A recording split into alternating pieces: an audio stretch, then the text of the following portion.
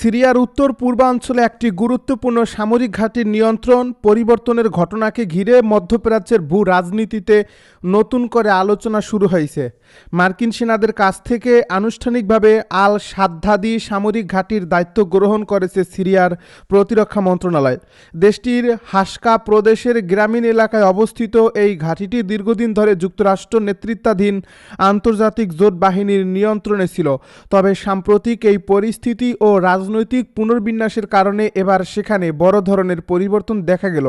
বিশ্লেষকদের মতে এই ঘটনাটি শুধু একটি সামরিক দায়িত্ব হস্তান্তরের জন্য, বরং এটি সিরিয়ার ভেতরে শক্তির ভারসাম্য ও আন্তর্জাতিক কৌশলগত অবস্থানের পরিবর্তনের একটি বড় ইঙ্গিত।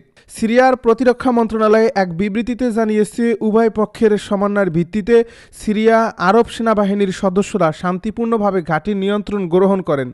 এতে কোনো ধরনের সংঘর্ষ বা উত্তেজনার ঘটনা ঘটেনি বলেও দাবি করা হয়েছে। সামরিক সূত্রগুলোর ভাষ্য অনুযায়ী নিয়ন্ত্রণ পরিবর্তনের পুরো প্রক্রিয়া ছিল পরিকল্পিত এবং দুই পক্ষের মধ্যে আগেই সমঝোতার ভিত্তিতে প্রস্তুত করা হয়েছিল। এতে বোঝা যাচ্ছে সিরিয়ার বর্তমান প্রশাসন ও যুক্তরাষ্ট্রের মধ্যে যোগাযোগ এবং কিছু বিষয়ে সমন্বয় আগের তুলনায় অনেক বেশি সক্রিয়।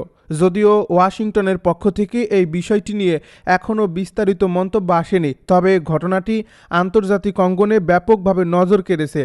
আল সাদ্দাদি সামরিক ঘাঁটিটি সিরিয়ার উত্তর পূর্বাঞ্চলে দীর্ঘদিন ধরে যুক্তরাষ্ট্রের অন্যতম গুরুত্বপূর্ণ অপারেশনাল কেন্দ্র হিসেবে পরিচিত ছিল।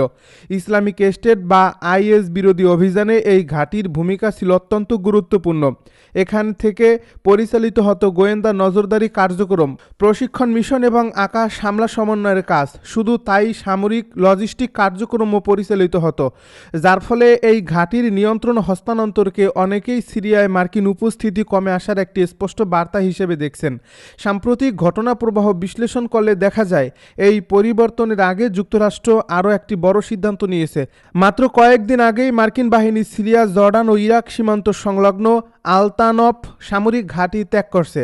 আলতাম ছিল দীর্ঘদিন ধরে যুক্তরাষ্ট্রের অন্যতম গুরুত্বপূর্ণ সামরিক অবস্থান, যা ইরানপন্থী গোষ্ঠীগুলোর গতিবিধি পর্যবেক্ষণ এবং সীমান্ত নিরাপত্তা নিশ্চিত করার ক্ষেত্রে কৌশলগতভাবে গুরুত্বপূর্ণ ছিল। একের পর এক ঘাঁটি ছাড়ার ঘটনাকে বিশ্লেষকেরা যুক্তরাষ্ট্রের ধীরে ধীরে সামরিক উপস্থিতি কমানোর অংশ হিসেবেই ব্যাখ্যা করেছেন। যদিও যুক্তরাষ্ট্র আনুষ্ঠানিকভাবে বলছে, আইএস মোকাবেলায় তাদের অভিযান এখনও চলমান থাকবে এবং সিরিয়ায় তাদের নিরাপত্তার লক্ষ্য পূরণে কার্যক্রম অব্যাহত থাকবে।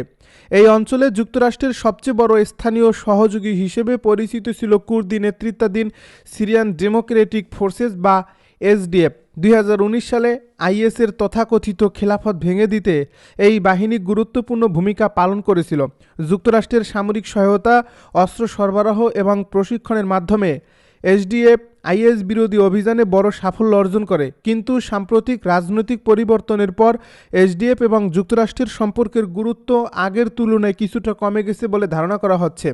অনেক পর্যবেক্ষকের মতে যুক্তরাষ্ট্র এখন আর আগের মতো কুর্দি নেতৃত্বাধীন বাহিনীকে কেন্দ্র করে সিরিয়ার ভবিষ্যৎ কৌশল সাজাতে চাচ্ছে না। বিশেষ করে 2024 সালের শেষের দিকে সিরিয়ায় সরকার বিরোধী আন্দোলনের চাপে তৎকালীন প্রেসিডেন্ট বাশার আল আসাদ ক্ষমতা হারানোর পর পরিস্থিতি দ্রুত বদলে যায়। দামেস্কে নতুন প্রশাসন গঠনের পর দেশটির আন্তর্জাতিক সম্পর্কে পরিবর্তন দেখা দিতে শুরু করে। একদিকে প্রতিবেশী দেশগুলো সিরিয়ার সঙ্গে নতুনভাবে কূটনৈতিক সম্পর্ক গড়ে তুলতে আগ্রহ দেখায়, অন্যদিকে যুক্তরাষ্ট্র ধীরে ধীরে সিরিয়ার নতুন প্রশাসনের সঙ্গে সম্পর্ক স্বাভাবিক করার দিকে এগোতে থাকে। রাজনৈতিক বিশ্লেষকদের মতে এই পুনর্বিন্যাসী মার্কিন সামরিক অবস্থান পরিবর্তনের পেছনে বড় কারণ হয়ে দাঁড়িয়েছে। কারণ নতুন সরকার প্রতিষ্ঠিত হওয়ার পর সিরিয়ার অভ্যন্তরে সামরিক ও প্রশাসনিক কর্তৃত্ব পুনরুদ্ধার প্রক্রিয়া জোরালো হয়েছে, যার ফলেই বিদেশি বাহিনীর ঘাঁটি নিয়ে নতুন সমঝোতার পরিস্থিতি তৈরি হয়েছে। যতই সময় এগোচ্ছে, যুক্তরাষ্ট্র ও ইরানের মধ্যকার উত্তেজনা ততই বিস্ফোরণের দিকে এগিয়ে যাচ্ছে। মধ্যপ্রাচ্যের আকাশ বাতাস এখন বারুদের গন্ধে ভারী। ইরানের কাছাকাছি জলসীমায় যুক্তরাষ্ট্রের শক্তিশালী বিমানবাহী রণতরী ইউএসএস আব্রাহাম লিঙ্কন বহর মোতায়েন হওয়ার পর পরিস্থিতি আরও জটিল হয়ে উঠেছে।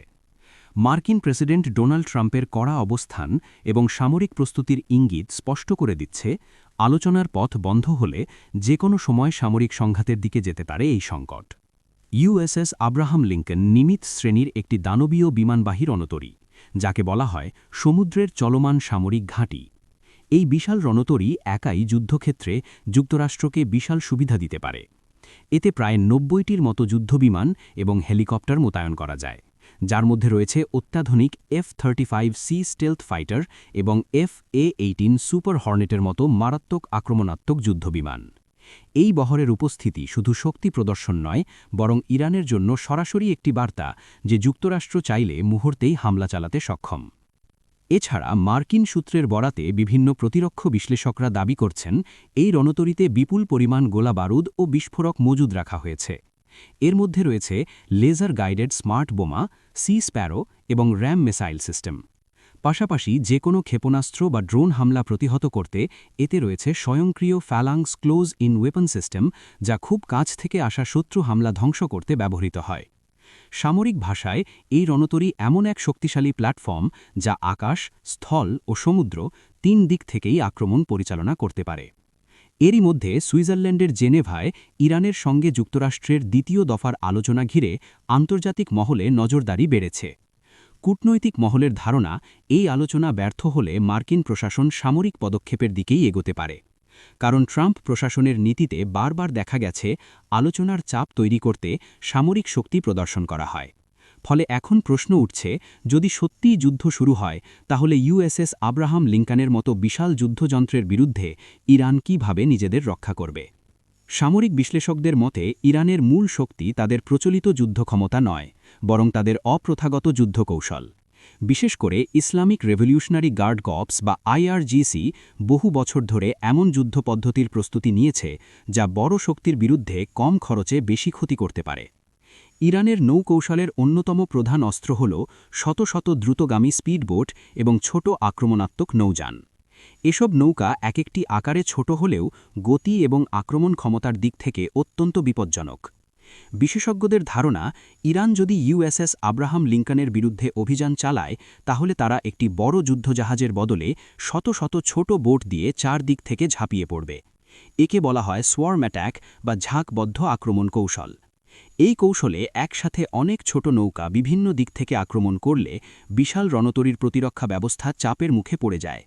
কারণ এতগুলো ছোট লক্ষ্যবস্তু শনাক্ত করা এবং দ্রুত ধ্বংস করা অনেক সময় বড় জাহাজের জন্য কঠিন হয়ে দাঁড়ায়। এমনকি উন্নত রাডার ও সেন্সর সিস্টেমও বিভ্রান্ত হতে পারে। ইরান শুধু স্পিডবোটে সীমাবদ্ধ নয়, তাদের উপকূলীয় প্রতিরক্ষা ব্যবস্থাও অত্যন্ত শক্তিশালী। পারস্য উপসাগরের তীর জুড়ে তারা বিভিন্ন স্থানে ক্ষেপণাস্ত্র লঞ্চার এবং রাডার সিস্টেম স্থাপন করেছে। ইরানের কাছে চীনা ডিজাইনে তৈরি নূর এবং কাদের ক্ষেপণাস্ত্র রয়েছে, যেগুলো মূলত জাহাজ বিধ্বংসী মিসাইল হিসেবে পরিচিত।